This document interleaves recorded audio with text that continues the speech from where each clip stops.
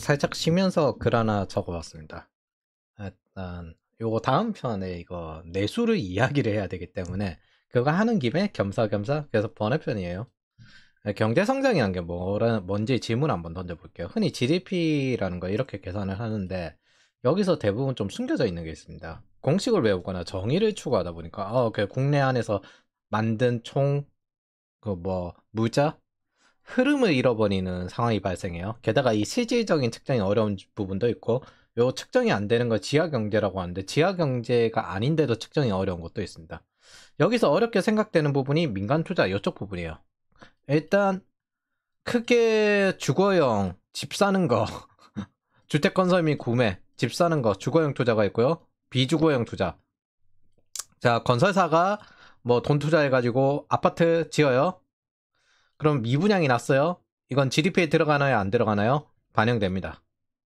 그래서 미분양자도 무조건 짓는 거예요. 단지 그걸 기업이 못 견딜 뿐.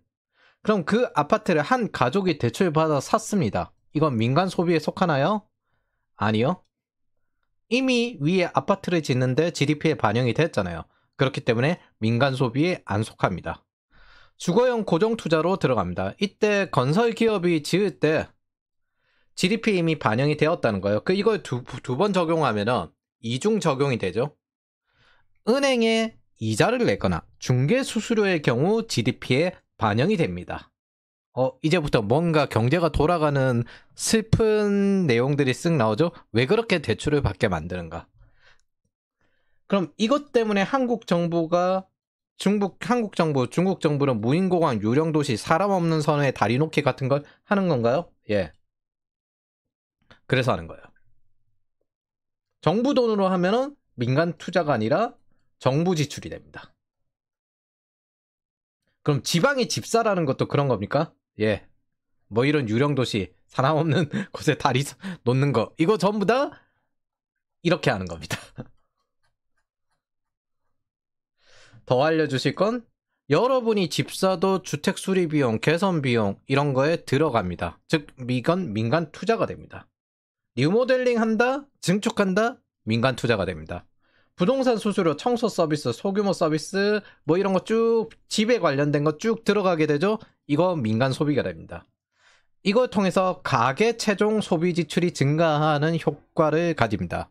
즉 민간 소비가 증대되고 민간 투자가 확대되는 효과를 가지게 되죠.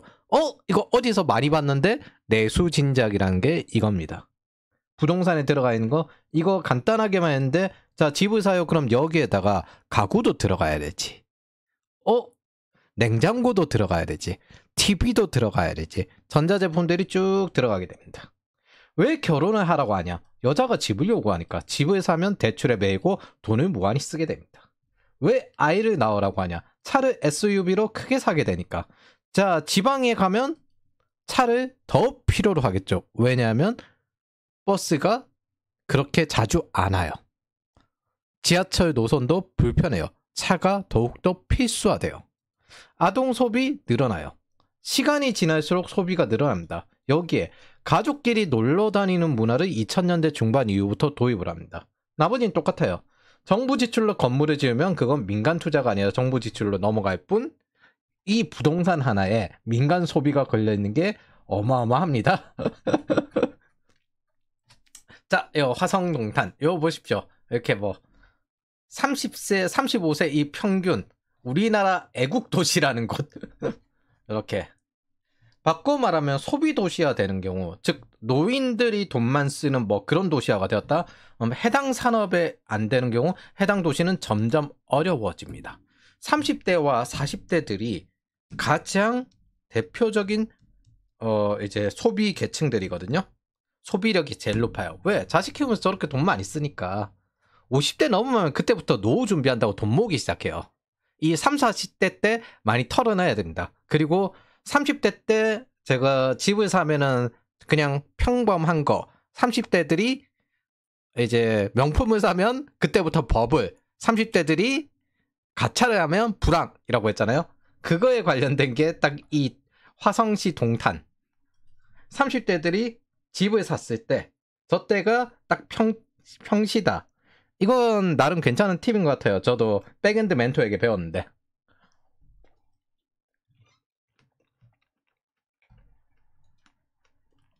자, 그러면 산업이 없고 소비 도시화 되는 경우 어떻게 되냐? 한때 신촌이 소비 중심이었고요. 홍대에서 이제 합정으로 넓어졌어요. 동시에 산업이 떠나면 일단 임금부터 떨어집니다. 이게 대구, 부산의 저성장 이유예요. 언제나 문과 정치인들은 입만 떠들고 아는 게 없습니다. 뭐 서울을 깬다고 부산이 좋아지지 않아요. 서울을 깬다고 저성장이 없어지지 않아요. 곧 죽어서 저출생하는 거 봐라. 세금을 낮춰주면 돼요. 그럼 경제 성장이 확대되는 거니까. 그럴 리가 있나? 그래서 부동산 사업을 벌리는 것이 지금 현재입니다.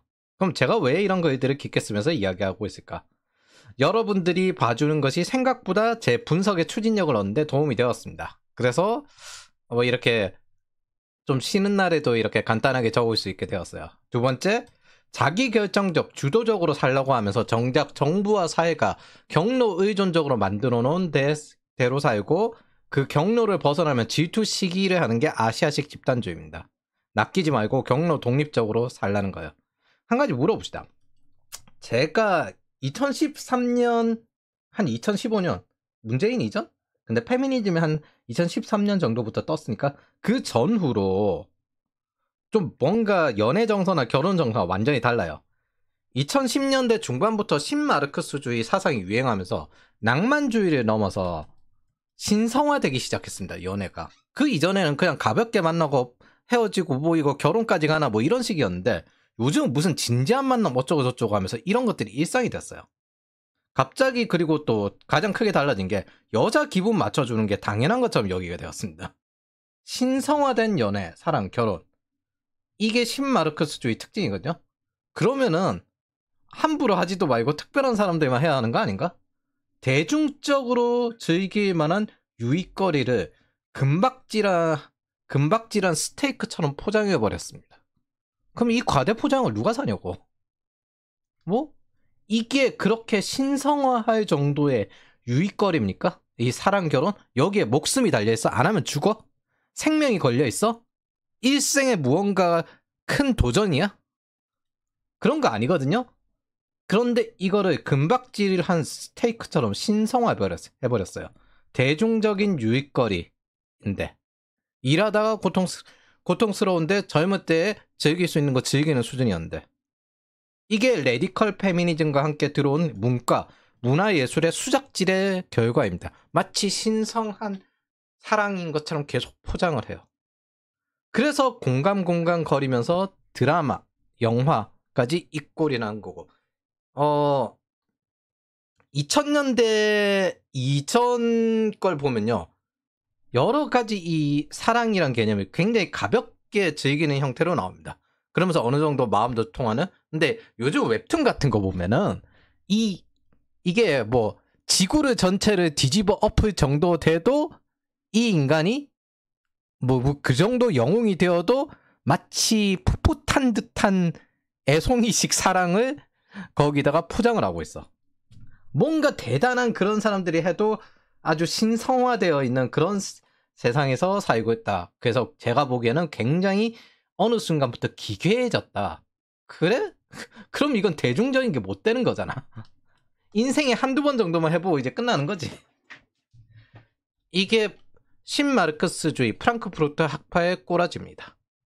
그래서 공감 거리면서 드라마, 영화 여기에 많이 퍼졌고 이게 보통 비판 이론적으로 많이 쓰는 것 같아요. 왜냐면 이게 헤겔, 마르크스, 프로이트가 겹쳐진 거라서. 그리고 프로이트까지 결합된 심리학과도 여기에 동조하고 특히 철학가가 영향을 많이 받죠. 우리나라 철학 대부분은 대륙 철학 기반이니까. 그리고 법대 쪽도 기본적으로 독일 계통의 영향을 받기 때문에 상당히 사회주의 신마르크스주의화 되었습니다. 그게 또 40대 이상 부동산 마오주의 추구하는 부동산의 마르크스 유물론 세대들과 함께 이게 잘 결합이 되었어요. 아니라고 생각하면 믿지 마십시오. 들을 사람 들을 테니까. 근데 이게 신자파의 일상혁명이고 이 신자파 전략이 뭐냐면 언론 문화예술을 장악하기 때문에 저기로 일을 하러 많이 넘어갔어요. 언론 문화예술 장악하러. 문화적 헤게모니 시초 유럽 커뮤니즘. 안토니오 그람시가 이겁니다. 이거를 실제 실천적인 전략으로 만들어서 진행한 게 신잡하고 언론과 문화예술을 장악하자.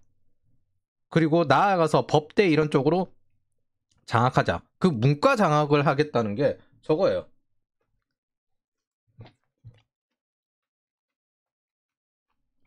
그래서 상호주의가 깨집니다. 세상에 공짜는 없다. 공짜 점심은 없다. 공짜는 무서운 것이다. 이런 개념이 뭐에 기반을 한 거냐면 신자유주의, 그 당시에는 이제 리버럴 페미니즘이었거든요. 이때 리버럴 페미니즘은 뭐냐면 여성들이 할 수 있는 일에 제약이 있었어요. 거기에 여자도 할 수 있는 사람은 할 수 있다. 그러니까 할 수 있는 기회를 열어줘라. 라는 식으로 확대가 된 겁니다. 여성의 사회진주의 이때 됐죠. 이때가 이제 밀턴 프리드먼 기반으로 되어서 세상에 공짜는 없다. 그러니까 상호주의, 거래주의였습니다. 그 당시 농담은 뭐였냐면 공짜를 좋아하면 대머리가 된다는 반쯤의 저주였어요. 거래를 중시하고 상호주의를 하면서 과하게 받았거나 과하게 지불했으면은 이거 좀 이제 내가 마음이 불편한데 그러면서 균형을 맞추려고 했습니다. 근데 서브프라임 이후 신마르크스주의 공간거리면서 특히 40대들의 연애관념이 좀 대중화되면서 더더욱 심해진 것 같아요. 40대들 연애가 굉장히 이상했거든요. 그 사람들. 어쨌든 공짜로 착취하면서 받아내는 명분이 되었습니다. 서브프라임 이후부터 이게 쭉 늘어났어요. 신자유주의가 약해지면서. 그래서 공짜로 찾아내는 명분이 여기서 나왔습니다. 공간거리면서. 아주 공짜만 바라는 양심의 털난 것들이 넘쳐 흐르는 시대가 되어버렸습니다. 그러니까 자기 보호를 잘 하십시오. 지금 사회와 정부는 저기 위에서도 이야기하겠지만은 당신에게 저축을 시키기보다 빚을 지게 만듭니다. 소비를 굉장히 큰 미덕으로 여겨요. 이걸 레이셔널하게 비율적으로 하게끔 하는 게 보통 신자유주의였거든요. 너무 소비를 안 하면은 오히려 사회가 병드니까. 그래서 이 레이셔널에 맞춰서 소비를 하십시오. 라고 했는데 요즘은 뭐냐, 빚을 지게 만듭니다. 그리고 그걸 뚫고 나가서 구매력을 증대시키면 소비력이 높은 여자. 구매력은 뭐죠? 당신이 연봉이 높고 그 연봉을 계속 저축을 해가지고 구매력이 높아요. 그러면은 소비력이 높은 여자. 티켓의 한 87%는 여성들이 소비를 합니다. 이런 여성들을 이용해서 소비력을 높이는 요소인 또 아이를 이용해서 당신의 구매력을 최대한 소진하게 만듭니다. 보통 소비력이 높은 특징은 뭐냐면요. 일을 빡세게 안 해본 사람이에요. 힘들게 벌었으면은 저렇게 정도 넘게 계속 소비를 하지 못해요. 이 모든 건 GDP 증대가 부가가치 증대에 있기 때문입니다. 1,000원의 자본을 가지고 물품을 샀든 원재료를 썼든 3,000원의 물품을 만들면 2,000원만큼 부가가치가 증대합니다. 즉 싸게 파는 게 그렇게 좋은 건 아니에요. 어쨌든 이렇게 팔리든 팔리지 않든 이렇게 만들었으면 팔리는 건 이걸 지속하기 위한 것 뿐이고요. 그래서 뉴딜에서 시멘트를 그냥 버리는 일도 생긴 이유가 일단 이게 투자가 돼서 얼마치의 물품을 만들면 그게 팔리든 안 팔리든 GDP엔 들어가요. 잠깐만, 이거 왜곡 아닌가요? 맞아요. 실질 GDP는 아니잖아. 명목 GDP엔 들어가. 화폐로 통화량을 늘렸으니까. 그래서 시장 전체에는 제로섬이 될 수 없기 때문에 균형이 맞도록 정부나 중앙은행은 이론상으로 레이셔널하게 통화를 제공하게 됩니다. 이론상으로는 절대 사람이 하는 일에서 저렇게 레이셔널하게 하지 않습니다. 인간은 기본적으로 규칙을 정해지면 규율적인 사고를 안 하고 어기는 존재입니다. 자기 이익을 위해서. 자, 어쨌든 이론상으로 이렇게 돌아가면 포지티브 썸이 만들어져요. 긍정적으로 지속 가능하다는 거죠. 만약 어떤 기술이 생겨요. 그래서 이제 1,000원의 자본이 드는데 500원을 낮춰버릴 수 있게 되었습니다. 대표적으로 지금 이제 다이아몬드 만드는 게 그런 식이죠. 이걸 혁신이라고 합니다. 얼마나 싸게 만드느냐만큼 얼마나 잘 파느냐도 존재합니다. 한국 시장이 포화 상태가 되어서 일본, 미국 시장을 공략해야 되겠다. 그래서 추가 생산량을 더 만든다. 이게 자유무역인 이유입니다. 넓은 곳에서 만들 수 있으니까. 공장과 사무직을 합쳐서 한 3만에서 10만 명 정도면 전 세계 많은 산업에서 한 제품 정도, 한 제품을 감당할 수 있을 정도의 수준이 됩니다. 그리고 이 사람들은 주식에 투자하고 부동산을 사죠. 이렇게 통화량은 계속 늘어납니다.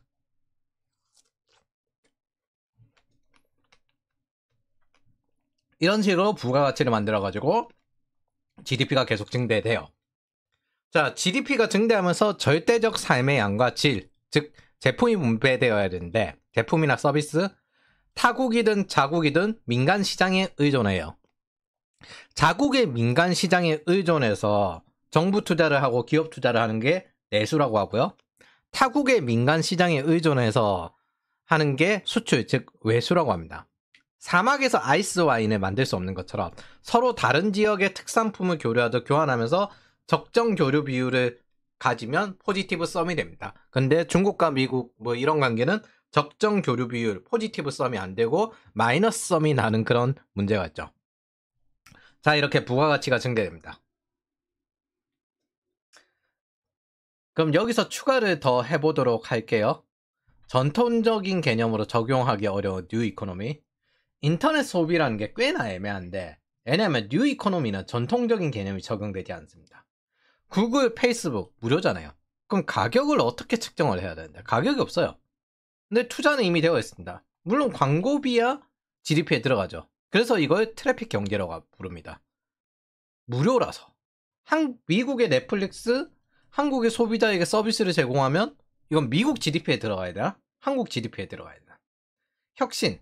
스마트폰 가격은 변하지 않는데 성능은 기하급수적으로 향상되었습니다.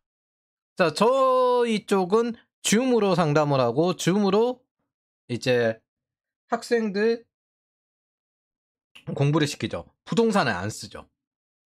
예전에 저희는 오프라인 부동산 했거든요. 그러다가 줌으로 넘어오면서 줌이 더 효과가 있다는 게 증명이 되어가지고 줌을 쓰고 있는데, 이 경우 부동산 서비스 GDP가 안 올라가죠.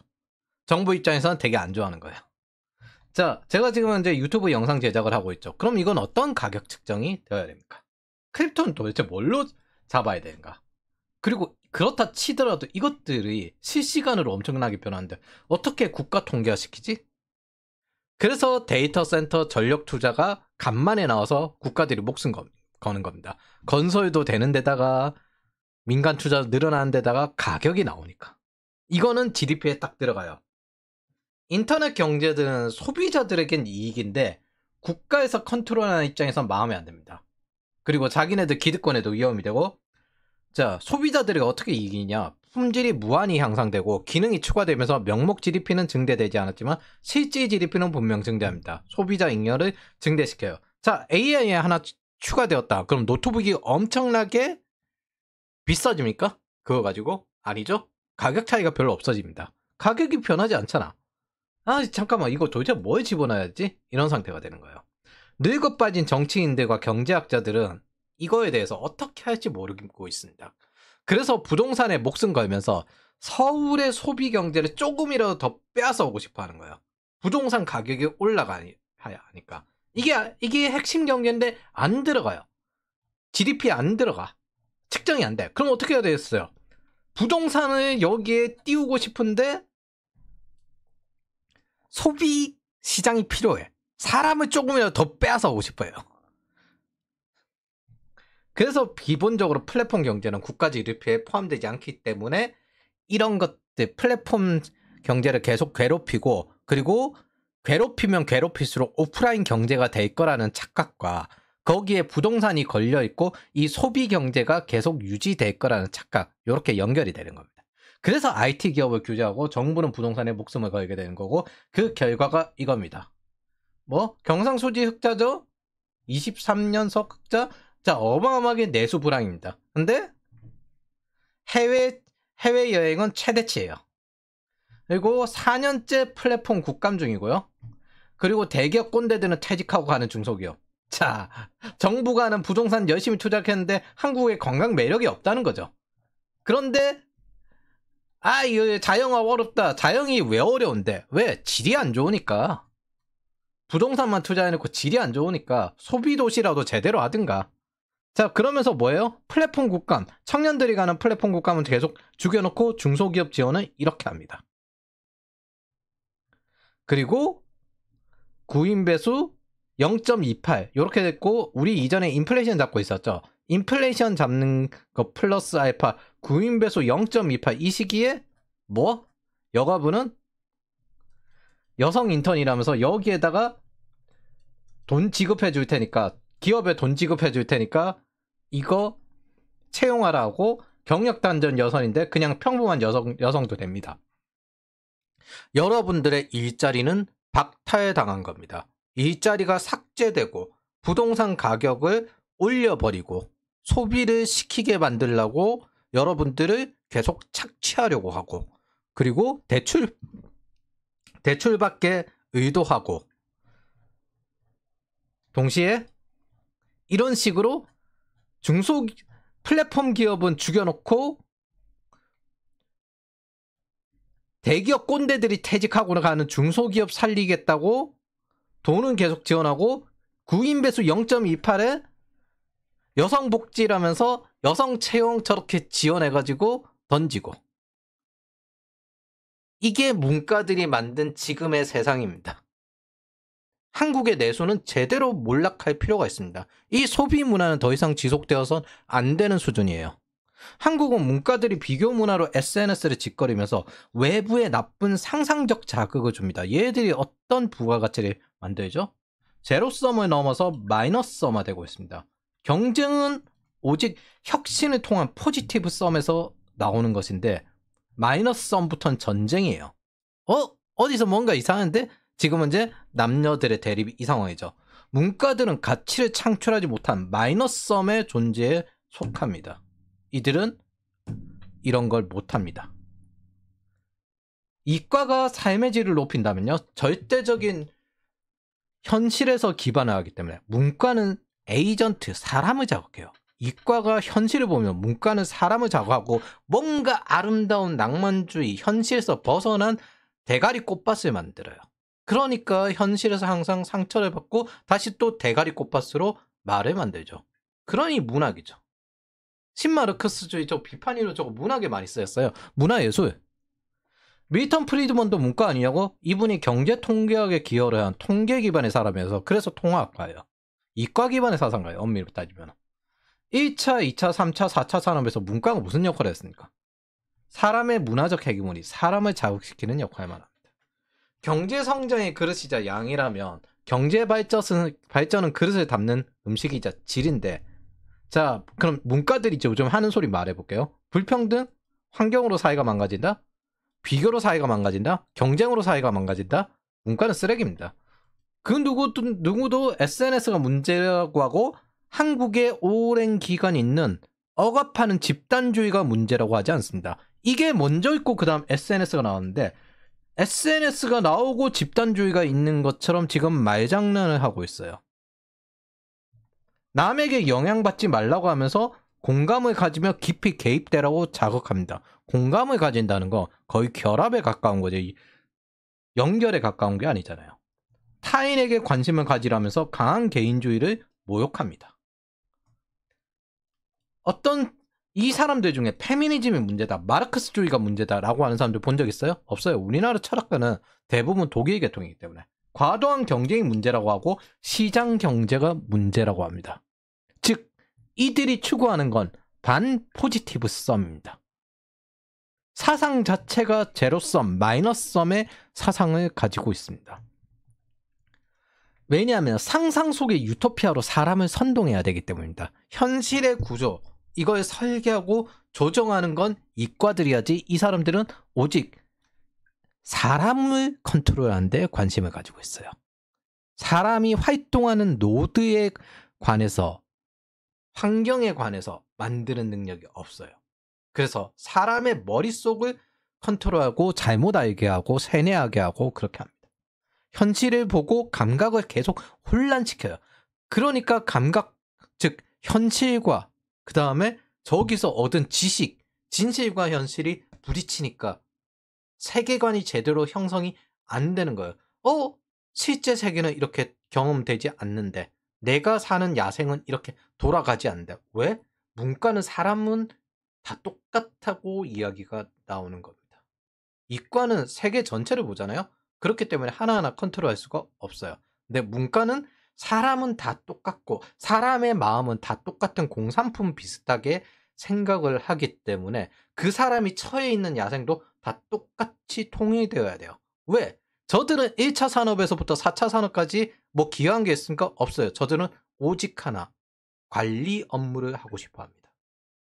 통제할 수 있는, 사람을 통제할 수 있는 관리 업무를 하고 거기서 권력을 누리고 적당한 성공에서 빨대를 꽂고 싶어 합니다. 그게 저 문과들이 살아가는 방식입니다. 시계가 돌아가는 원리보다 시침을 보고 시간이 마음에 안 들어. 그러면 시침에 직접 손가락을 찔러 넣어가지고 3시간이야, 4시야. 요렇게 만들려고 하는 게 저들입니다. 그래서 과하면 통계도 조작해요. 자, 그래서 SNS가 문제라고 마약, 착취, 고세금, 비효율, 범죄, 집단주의 괴롭힘에 의한 자살, 일하지 않는 정서, 반능력주의로 사회가 망가지는 게 아니라 지금 현재 저렇게 위에서 구인배수 0.28 이게 문제가 아니라 네가 노력이 부족해서 문제구나. 자, 우리는 평시에도 0.6이 되지 0.6을 넘지 않는다고 했죠? 네가 노력이 부족해서 문제인 거야. 자, 사회가 이렇게 되어도 사회에 대해서 비판하지 마. 이 뜻은 있잖아요. 자유민주주의의 감시 의무를 소홀히 하라고 의도하는 겁니다. 자유민주주의는요, 중우정치로 흘러가는 순간 모두가 무너지게 됩니다. 그래서 항시 감시 의무가 있는데 사실 우리가 감시 의무를 상당히 소홀히 하긴 했죠. 정치적으로 이야기하면 안 된다라는 이상한 정서가 있어요. 그건 자유민주주의의 감시 의무에서 상당히 멀어지는 행위가 됩니다. 자, 저런 상황에서 환경과 거버넌스가 저렇게 돌아가고 제도가 저렇게 되어 있는 상황에서 자, 네가 노력해서 부족한 거야. 야, 그래? 그러면 너도 한번 죽어봐라. 문과들에게 제대로 상황을 만들어줘야 됩니다. 그래, 니들이 노력해서 부족한 거라고. 요즘 문과 취업 앞으로 더 안 될걸요? 경영학과, 경제학과 컨설턴트들이 자체가 죽었기 때문에 일자리 자체가 없을 거예요. 자, 이제 네가 노력이 부족해서 그런 거니까 알아서 살아봐라. 저들이 평소에 가지고 있던 프레임이잖아요. 사람은 있잖아요. 미러링을 당하면은 그때부터 이거 갑자기 세계를 보기 시작합니다. 왜? 사람이 원하는 대로 세상이 흘러가지 않기 때문에. 그래서 항상 세계를 보고 거기서 피드백 루프를 돌려가면서 자신을 조정을 해야 돼요. 실시간 온라인 라이브 상태에 있어야 되는 거죠. 그리고 잠깐 쉬면서 내가 이거 대응하기 위해서 이런 것들을 해야 되겠다. 다시 또 무기를 가다듬고 다시 또 도전을 해보고 또 실패하고 다시 또 도전하고 그 사이클을 얼마나 빨리 굴리느냐에 따라 달라 있습니다. 훈련도 마찬가지고. 실제 사회가 망가지는 건 마약으로 망가지고 경제적으로 망가지고 착취로 망가지고 고세금으로 망가지고 비효율로 망가지고 범죄로 망가지고 집단주의 괴롭힘에 의해서 망가지고 일하지 않는 정서에 의해서 망가지고 반능력주의로 망가집니다. 왜냐하면 경제 발전이 되지 않는 순간부터 경제 성장이 되지 않는 순간부터 경제 발전, 즉 삶의 질이란 건 더 이상 개선할 가능성도 없어지기 때문입니다. 자, 진짜 SNS, 비교문화, 자기 방어를 위한 거절, 능력주의, 경쟁, 시장 경제로 사회가 망가집니까? 진짜? 그냥 마르크스가 좋다고 대놓고 이야기를 하라고 하십시오. 철학으로 둔갑한 제로섬, 마이너스섬 프리라이더들입니다. 저런 사람들의 말에 귀 기울일수록 여러분들의 인생은 불행해집니다. 왜냐하면 여러분들이 개개인에 속해 있는 야생은 다 다르기 때문입니다. 거시적으로는 개개인에게 절대 맞출 수가 없어요. 이건 미시적으로도 마찬가지고 여러분들은 거기서 어느 정도 절제한 걸로 돈을 벌고 기회에 먼저 경쟁으로 차지한 다음에 자신만의 균형을 맞출 수 있는 곳에 돈을 써야 됩니다. 적절한 비중으로. 그래서 이 사람들은, 문과들은 에이전트를 외부에서 지속적으로 자극하면서 모순도 눈치채지 못하게 만듭니다. 그래서 세계관 형성을 최대한 방해를 해요. 경로, 독립성, 자기결정을 이야기하면서 상호의존이나 통합, 공간 강요, 집단주의를 이야기합니다. 즉 경로, 의존성을 만들려고 해요. 반능력주의를 가지면서 공감은 능력이라고 공감 능력이란 능력주의 포지션을 이야기합니다. 경쟁은 안 좋은 것이라고 이야기하면서 자기 책임은 이야기하지 않아요. 그러면서 오히려 또 노력하라고 해요. 여러분, 노드를 보는 사람들은 언제나 어디로 겨냥을 해야 할지 그 화살의 방향을 보기 위해서 계속 시장을 분석을 하는 겁니다. 어떤 종목을 선정해야 되고 지금 타이밍이 적절한 타이밍인가 아닌가. 왜냐하면 우리는 우리 시간과 체력이라는 삶의 자원을 투자하고 있기 때문입니다. 엔지니어의 기술 발전 수명은 40이에요. 40세 이후부터는 결정 능력으로 가야 되고 개인 사업도 따로 준비되어 있어야 합니다. 생존이란 건 절대 만만치 않아요. 그런데 그걸 저런 곳에 에너지를 팔리면서까지 생존하기 쉽지는 않을 거예요. 특히 뜯겨나가면서. 즉 이들은 노드, 현실에 대해서 아무 영향을 미치지 못합니다. 오직 사람의 정신에 의해서 잘못 판단을 유도할 수밖에 없어요. 그냥 이럴 거야 라는 내피셜이에요. 왜? 야생에서 직접 몸을 부딪힌 사람과는 경험의 차이가 어마어마할 수밖에 없습니다. 근데 문제는 당신의 야생은 다른 사람의 야생이랑 다르다고요. 그럼 사실 당신이 제일 잘 알고 있습니다. 산업혁명 어떤 기간 동안 통제할 수 있는 관리자로 반했어요. 1차에서 4차까지. 실제 뭔가를 한 게 없어요. 그래서 지금 MBA 출신 컨설턴트들이 과거처럼 대표로 못 가고 컨설팅 업계가 망하는 이유잖아요. 경영 컨설팅 업계가 망하거나 엔지니어로 다 채우는 이유는 현실에 뛰어들어서 실시간 온라인을 하는 게 아니라, 즉 옛날식이면 현장 경영이라고 하죠. 입만 털면서 관리만 하기 때문입니다. 사무실에 앉아서 MT 캐비넷으로. 마치 이런 사례가 최근에 있었는데 후쿠시마 원전에 바닷물로 식히면 된다고 엔지니어가 이야기를 했습니다. 비싸서 하지 말라고 했어요. 위에서. 저 문과 관리자가, 재무 관리자가. 강한 개인주의를 가져야 됩니다. 그리고 자기 자신을 연구해야 돼요. 왜? 자신의 야생은 여러분들밖에 모릅니다. 그리고 자기가 어떤 균형점으로 계속 추진력을 가질 수 있고 그 추진력으로 성장에 쓸 수 있는지는 자기 자신밖에 몰라요.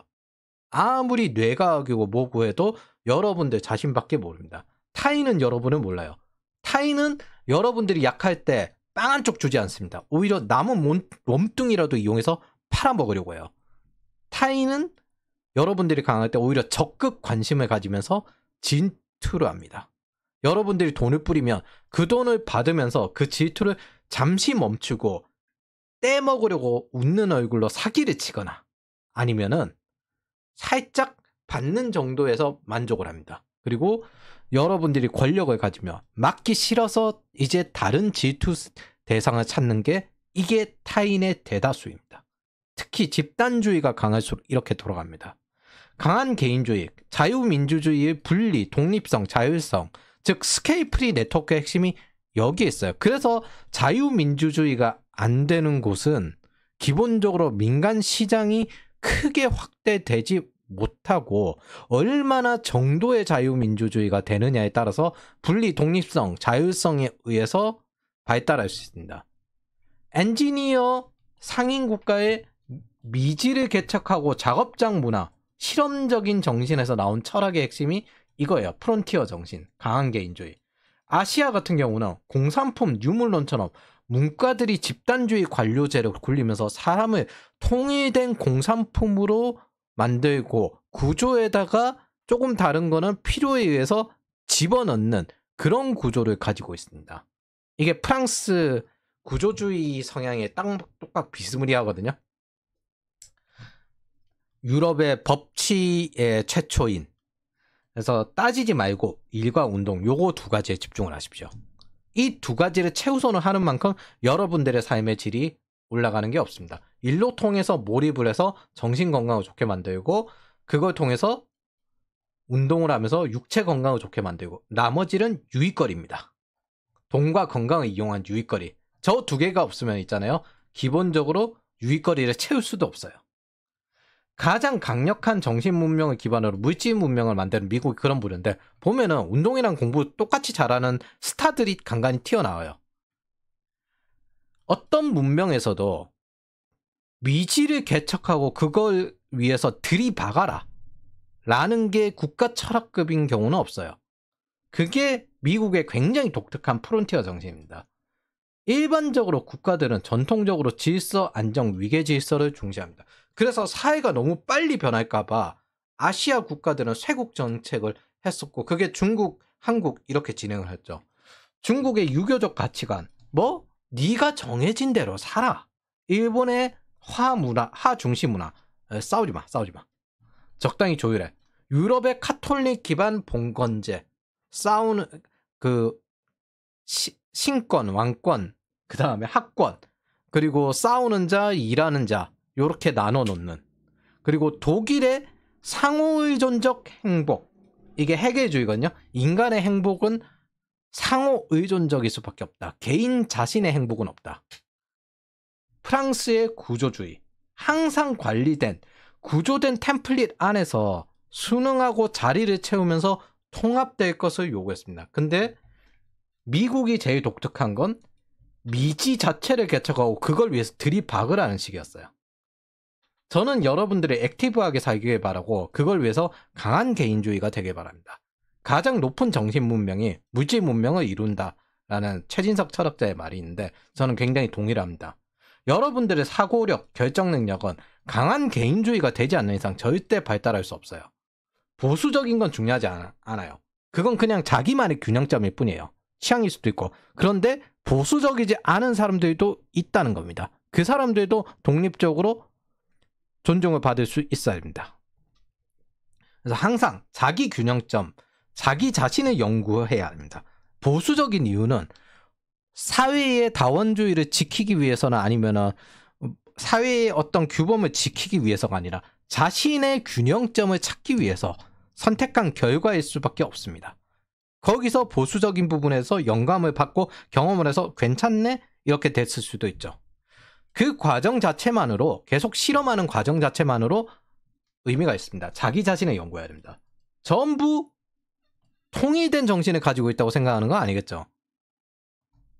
남이 갔던 길을 따라서 경로 의존적으로 내 정신을 따라가게끔 만들면 남과 달리 뭔가 나만의 행복, 나만의 성장이 있을 거다. 이렇게 생각하는 건 모순이지 않습니까?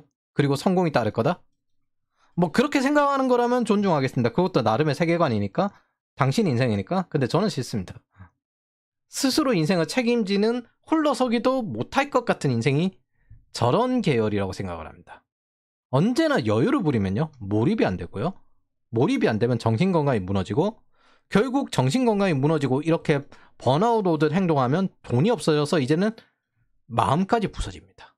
제가 학생들에게 일하면서 공부하라고 말하는 이유예요. 긴박해야 돼요. 근데 이 마음이 부서지면 이제 절박해지는데, 이미 마음이 부서졌기 때문에 절박하면서 혼자 일어설 수가 없어요. 누가 붙잡아서 끌어올려줘야 돼요. 누가 끌어올려줍니까? 없다니까요. 애초에 저기까지 가지 않도록 했어야 했어요. 몰입하는 사람은 어차피 실패하는 걸 가정하고 하기 때문에 다시 또 새로운 부분에 몰입하면 됩니다. 근데 여기까지 가서 마음이 부서지면 더 이상 다음이 없습니다. 과잉 투자를 무언가 지나치게 했을 때, 사람이든 아니면 어떤 안 되는 일이든 아니면 주식이든, 그랬을 때 이런 마음이 부서지는 일이 생깁니다. 혹은 소비에 너무 과잉 투자를 했거나. 그 소비를 하는 것도 사실 외부의 인풋 경험을 통해서 내 안에서 내부적인 아웃풋을 통해서 즐거움을 얻는 거거든요. 운동을 하고 난 다음에 상쾌한 기분처럼 운동을 통해서 내 몸에 외부 인풋을 넣고 그 안에서 상쾌한 기분이라는 긍정적인 아웃풋이 나오는데, 소비도 같은 원리인데 거기에 과잉 투자를 했거나 이 추진력을 얻어가지고 다시 또 몰입을 하고 그 다음에 정신적 건강으로서 건강을 얻고 이런 목적인데, 그 순환이 깨져버린 거죠. 제가 보기에는 인종불문하고 있잖아요. 장인 장모를 불편하지 않는 사이였고, 시부모 시어머니를 불편하지 하지 않는 며느리 없습니다. 나머지는 개인 소수의 차이고. 이런 경향성이 있어요. 사람은 많이 관계되어 있을수록 강한 개인주의에서 거리가 멀어졌을수록 상당히 제약이 생기는데 그게 정신건강을 해치는 부분이 있다고 생각을 합니다. 저는 이런 균형점에 도달했어요. 여러분들은 각기 다른 균형점이 생기겠죠. 이건 정답이라는 게 아니라 항상 저의 해답이라고 생각을 하시고 영감을 받으시는 게 중요합니다. 미래는 예측할 수 없습니다. 그리고 사람은 각각 있는 야생이 다 다릅니다. 그래서 일과 운동, 하나는 정신과 하나는 몸을 위한 것. 대다수 사람들은 홀로서기 하는 초반에 이런 실수를 해요. 한 번에 이거 좋아질 거다. 그 세상에 그런 게 어디 있습니까? 혹은 돈을 많이 벌면 인간관계를 통한 타인 의존적 행복을 추구한다. 유익거리에 과잉 투자를 하지 마십시오. 소비를 과잉하는 거나 유익거리에 과잉 투자하는 것 똑같습니다. 돈, 건강, 인간관계, 꿈. 제가 이야기하는 사람의 행복의 질이거든요. 근데 이 중에서 돈, 건강은 현실이고요. 그리고 인간관계, 꿈 같은 경우에는 유익거리입니다. 이걸 고립되지 않을 정도, 적절하게 밸런스 있을 정도로 돈과 건강을 소모해 가면서 쓰는 거예요. 건강을 적당히 소모한 충분히 건강한 사람은 치킨 한두 마리 정도 먹는다고 건강에 큰 문제 안 생겨요. 그건 행복의 요소 중에 하나가 되죠. 근데 지금 현재 당뇨가 걸려 있는데 치킨을 먹고 피자를 먹고 그러면은 죽는 겁니다. 당뇨가 걸리지 않을 정도의 그런 건강관리 상태일 때 그때는 행복이 되는 거죠. 그래서 이건 정답이 아니라 제 해답, 저의 균형점입니다. 저의 개인관계라는 저는 어떤 가족이라도 평생 함께 할 수 없고, 그리고 설마 그 자식을 놓으면 독립하지 못하는 자식을 바라는 것도 아니잖아요. 책임감 있게 살다 보면 책임감 있는 사람들을 만나게 된다고 생각합니다. 그리고 저는 그런 과정 중에 있고 그 과정이 즐겁다고 생각해요. 그런 순간에 이제 기생충이 아니라 파트너가 생겨요. 제가 이렇게 뭐 일을 하면서 살 수 있는 것도 여러 파트너들이 생겼기 때문이죠. 같이 전쟁터에 나갈 만한 상대. 물론 이제 이건 비유입니다. 비즈니스라는 전쟁터죠. 인생의 어려움을 함께 헤쳐나갈 상대. 하지만 없어도 혼자서 해결이 가능해야 합니다. 이게 제 관계론이에요. 단지 좀 더 서포트가 될 뿐. 내가 최소한 홀로 설 수 있는 사람이 되어야 협의를 통해서 서로 윈윈해서 나 혼자 하는 것보다 더 좋은 이익을 얻을 수 있습니다. 그런 사람이 주변에 생기더라고요. 회사나 일에서도 제 마음대로 못하고 절제를 해요.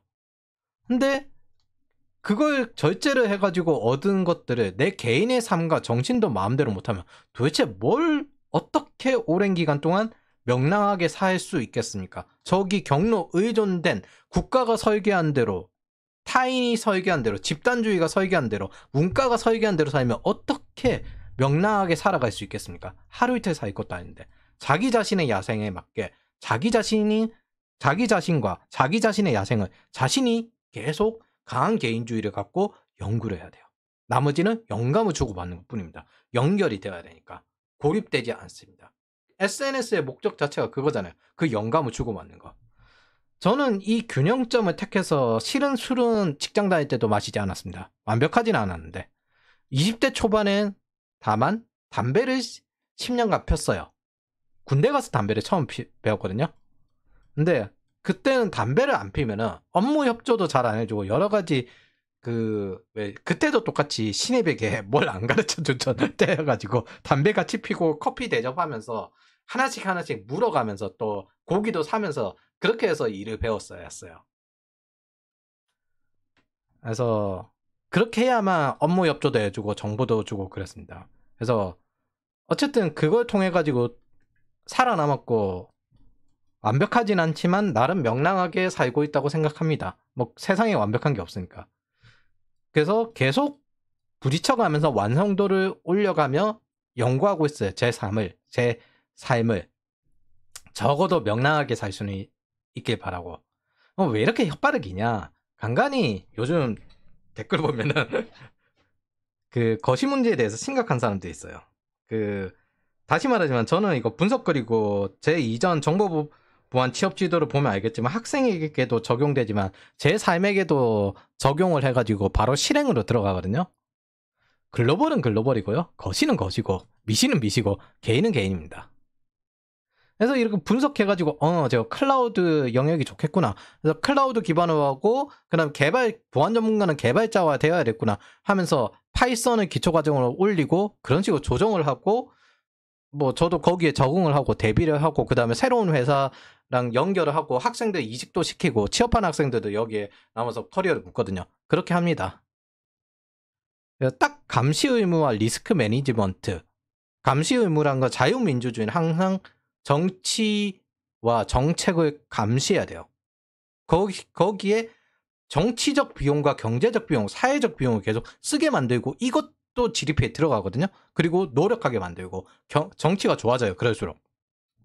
근데 무관심하고 중우정치화 될수록 내 마음대로 할 수 있기 때문에 정치적 비용이 안 들어갑니다. 이건 지든 안 지든 선거를 해야 되는 이유가 정치적 비용을 지불하게끔 만들어야 그래야 정치적 저항을 있구나 생각을 해가지고 극으로 치닫지 못하게 합니다. 그런 감시 의무를 그냥 기본적으로 한다? 요 정도 수준이고 내가 생존할 리스크 매니지먼트. 일단 뼈만 안 맞으면 돼요. 세상이 뭘 어쩌든 뼈만 안 맞으면 돼. 근데 뼈를 맞으면 절박해져 그때부터. 뼈를 안 맞기 위한 그런 거죠. 완벽하게 피하고 갈 수는 없어요. 일단 맞을 건 맞고 가야 돼요. 파티가 끝났으면은 어느 정도 맞아야 돼요. 그래서 세상 풍파 이겨내는 걸 정부나 회사를 믿고 있어봐야 절대 안 됩니다. 집단은 세상 풍파할 때 가장 먼저 약한 개인부터 죽입니다. 그게 구조조정이에요. 그래야 집단이 살아요. 그리고 최상위 개인을 살려요. 그래서 정부나 회사를 믿고 있어봐야 아무 소용이 없습니다. 그냥 내가 미리 준비하고 능력을 키우는 게 제일입니다. 그러니 이렇게 거시 문제를 본다고 내 명랑함을 과하게 이제 손실을 해서 과잉 투자를 해서 과하게 명랑하게 사는 걸 손실하는 그런 일이 없길 바랍니다.